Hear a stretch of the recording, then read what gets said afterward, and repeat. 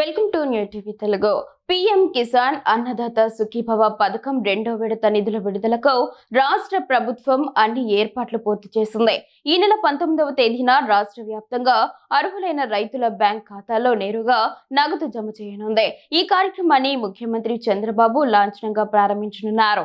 2వ విడతలో భాగంగా మొత్తం 46,85,838 రైతు కుటుంబాలకు 3,135 కోట్ల రూపాయలను ప్రభుత్వం అందించనుంది.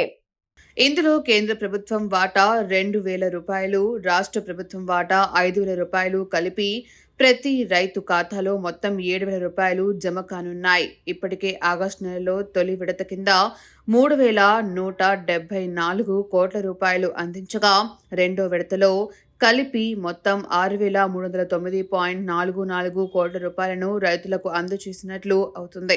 ఈ నెల 19న ముఖ్యమంత్రి చంద్రబాబు కమలాపురంలో జరిగే అధికారిక కార్యక్రమంలో పాల్గొని ఈ పథకాన్ని ప్రారంభించనున్నారు.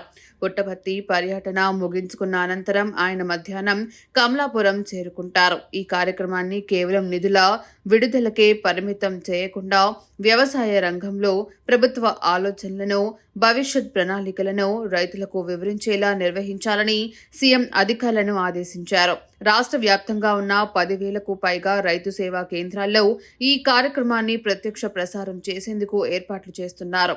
మంత్రులు, ఎంపీలు, ఎమ్మెల్యేలు, ఇతర ప్రజాప్రతినిధులు స్థానికంగా ఈ కార్యక్రమంలో పాల్గొనాలని ఆయన సూచించారు. ఈ సందర్భంగా అగ్రిటెక్ డిమాండ్ ఉన్న పంటల సాగు, మార్కెటింగ్ సౌకర్యాలు, ప్రకృతి సేద్యం, భూసార పరీక్షల ప్రాముఖ్యత, ఫుడ్ ప్రాసెసింగ్ ద్వారా పంటకు అదనపు ధర కల్పించడం వంటి కీలక అంశాలపై రైతులకు అవగాహన కల్పించనున్నారు.